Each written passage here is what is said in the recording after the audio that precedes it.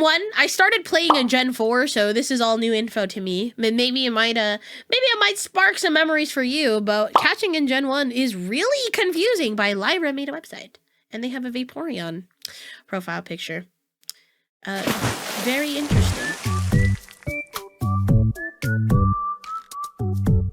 Before becoming the commercial behemoth it is now, Pokemon started as a small game made by a small team.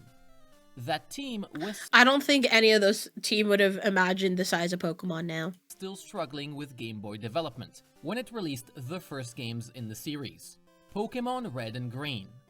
As a consequence, Oh, Lord. those games were full of glitches, and Not surprising.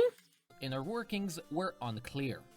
The best example are the catching mechanics. They are confusing, mostly hidden, and don't seem to make sense at all. What do you mean by that? On the programming side, they are easy to read. They consist of a lot of conditions put back to back. But there is a reason why the subsequent games quickly moved away from that system and relied on a really? mathematical So it was only Red and Green that had it? formula instead. While a formula is harder to read, both tweaking each element and testing results are easier. Having a stack of conditions brings in a ton of unforeseen consequences and hard to control elements. Like what, for example? To know, we need to dig in and take a closer look at the catching mechanics in Pokemon Gen 1. Okay. Although I know what doesn't bring unforeseen consequences. Becoming a patron. It allows you full access to behind the scenes, vote on the next content I make, and Heck even yeah. a mention in a video. We are in small committee right now, but anyone is free to join. Please consider it if you enjoy this video. Heck yeah. There is one core number when it comes to capturing Pokemon, the catch rate. Its values goes up to 255, and the higher the pretty catch high. rate, the easier the Pokemon is to capture. As you Ah. have probably guessed, rare Pokemon Yeah, makes sense. Legendaries are quite lower as opposed to a random ass oddish. tend to have a low catch rate. This number is fixed per Pokemon species, and is not a factor you can directly modify. There are 3 other factors What? you have an influence on though, and those will change your chances of a successful capture. The Pokemon's current status, its HP, and which ball you use. Okay, But not all factors you know, are created makes equal, sense. My because- birthday's 2 days from now. Happy early birthday. There is one that influences the other 2 significantly, the ball used. Let me show you with Pokeball, statuses. Great Ball, Ultra These Ball, status Master effects Ball. Pokemon are separated in 2 tiers. The first one regroups Sleep and Freeze, and the second Poison, Paralysis, and Burn. The impact of each tier is a flat increase on your catch rate, and depends, like I mentioned, on your ball. Now, this system is fine and makes sense. It The does? issue here is that status effects are too good. If you use Sleep, you can get an increase to up to 21% when using an That's crazy. Ultra Ball. But makes This is sense. a flat catch chance increase applied to every single Pokemon in the game. I get that Makes sleeping sense. Pokemon would be easier to catch, but this removes the need for any kind of strategy. Just put the Pokemon to sleep, and you immediately get a 1 out of 5 chance to capture. I'll be honest, I am failing to see the problem now, but I'm bracing myself for the problems that are about to come up in the next few minutes. But before celebrating too early, we should take a look at hit points. On its own, lowering a Pokemon's HP does nothing. It is Oh, only when combined with balls that the system has an impact. got See, it. every ball has an HP threshold. For the Pokeball and the Ultra Ball, that threshold is around 1/3, whereas the Great Ball's threshold is around half. Huh. Lowering a Pokemon's hit points will increase your catch chance, until you hit the threshold. Once you are past it, damage dealt has no impact whatsoever. If you ever try to What get a the Pokemon's health to Heliante? the lowest possible amount, well, you were wasting your time and taking unnecessary risks. Huh? The third and most important factor, the ball used, is the main reason why Gen 1's catching mechanics are so confusing. The moment you throw a ball, a random number is generated, which will be used in all calculations moving forward. That number is between 0 and 255 for a Pokeball, 200 for a Great Ball, and 150 for an Ultra Ball. This seems to make sense. The Pokeball is worse than the Great Ball, which is worse than the Ultra Ball. Right? Well, for starters, if you try to capture a Pokemon with a catch rate higher than your ball number, you don't get an extra benefit. For calculations, the catch rate is capped at the ball number. Meaning, if you use an Ultra Ball to catch common Pokemon, you are just wasting money. Second, oh my god, is a what? specific number used in the HP formula, the ball modifier. That number is 8 for every ball. Okay. Except for the Great Ball, where it is 12. Why? But what does that change? Well, it is the reason the Great Ball's HP threshold occurs earlier. And, more importantly, it means that the HP factor for the Great Ball is 33% stronger than any other ball, making it stronger than other balls by design. Okay, let me get this straight. So the best ball between the three isn't actually the Ultra Ball, it's the Great Ball. Yet it costs less than an Ultra Ball.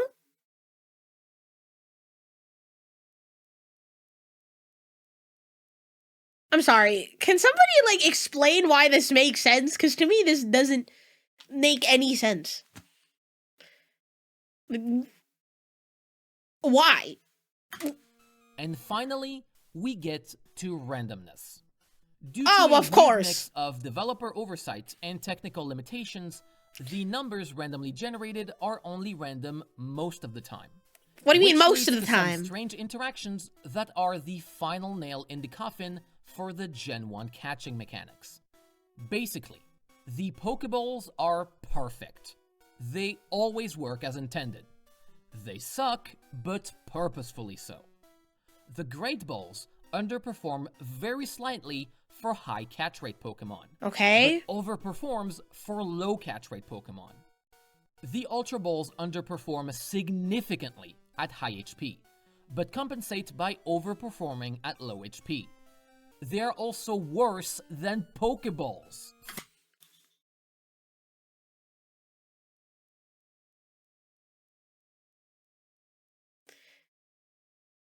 I'm, like, scratching my head right now. Wait, this makes no sense. Gen 1 was the game of all time, son. What?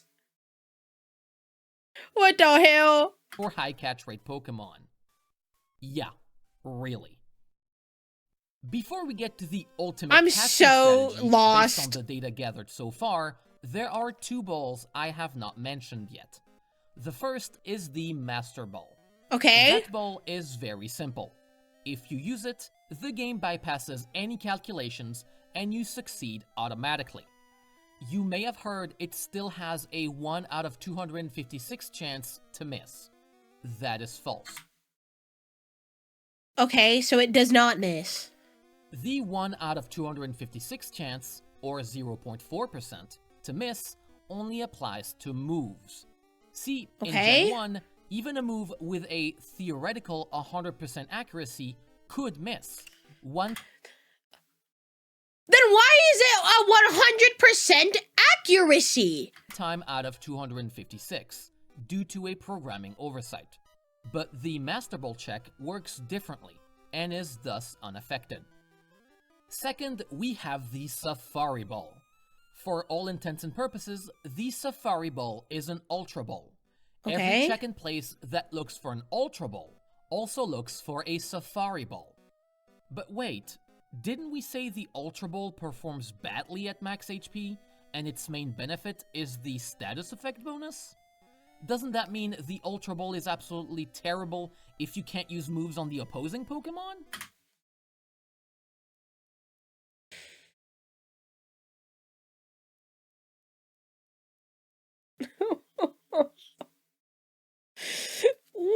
the fuck? Yes and yes. The rare Pokemon exclusive to the Safari Zone can Yeah, be because you can't hit them in the Safari Zone. You have to fucking catch them. So if we're using the same stats and shit from Ultra Balls, then are you saying Safari Balls are just complete ass? Like, I'm so confused. But wait, there's more? What do you mean there's more? hassle to capture because of that very reason. There's a glitch that can make Safarimon appear at the Cinnabar Island coast. Oh. The best encounter chance you can get is 4%. And once you do encounter them, your chance of a successful capture is a measly 6.5%. Oh, Lord. You know, you're right, chat. I should be very grateful I started in, like, Gen 4 and not 1. And no, throwing stones or bait is not worth it. There is still another Hi, weakness in Saytree. Gen 1 catching, and that is the wobbling mechanic. If you ever threw a ball at a legendary Pokemon, you may have gotten the message, "You missed the Pokemon," What the fuck? and assumed you couldn't catch it yet. But that message is simply Gen 1 unique version of the Pokemon escaping the ball. Thank you so without much for wobbling. that Prime. Even more Thank interesting you. is that the formula used to calculate wobbles does not have randomness to it whatsoever. Meaning the number of wobbles you get is actually a rough indicator of your chances to capture the Pokemon.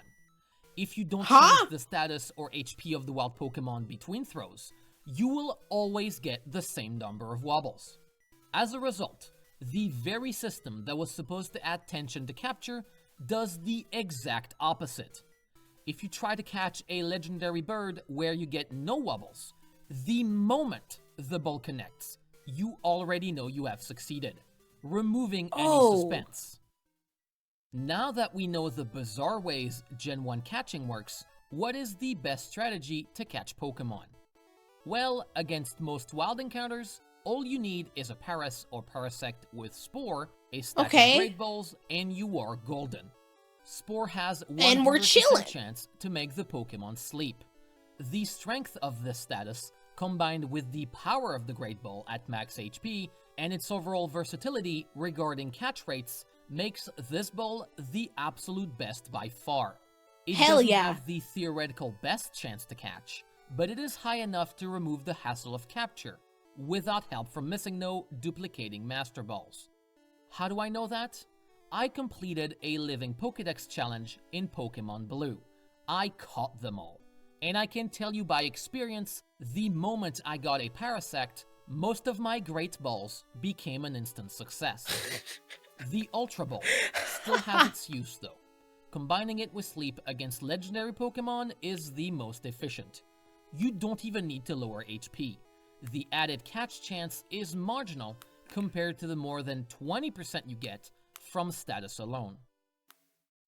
Before going down the rabbit hole on Gen 1 catching mechanics, I always thought the schoolyard tricks of holding B, A and B, B and up, or mashing B Schoolyard strategies is so funny. Turns out, they make as much sense as the actual mechanics. I just wish I could tell my younger self that. Also, the Mew glitch. Imagine being the kid who actually knows how to get Mew. Anyway, that kid was popular. Right? I'm sure they were. Learned their lesson, fixed every mistake, and just fucking Christ. Perfect. So it is time to play a game. Oh! Working or busted? Yeah, I have a video on that topic as well. I'm sorry. If you want, I feel like my entire time watching this video, my face has just been this. That's actually so Thank you very much for the time you have given me. Holy! And I wish you a wonderful day. Thank you. I'm so sorry to everybody that played in Gen 1. I would like to extend my deepest condolences. Sorry, I can't speak. My deepest apologies to all of you for the suffering that you have been put through. You did not deserve that. Oh my god!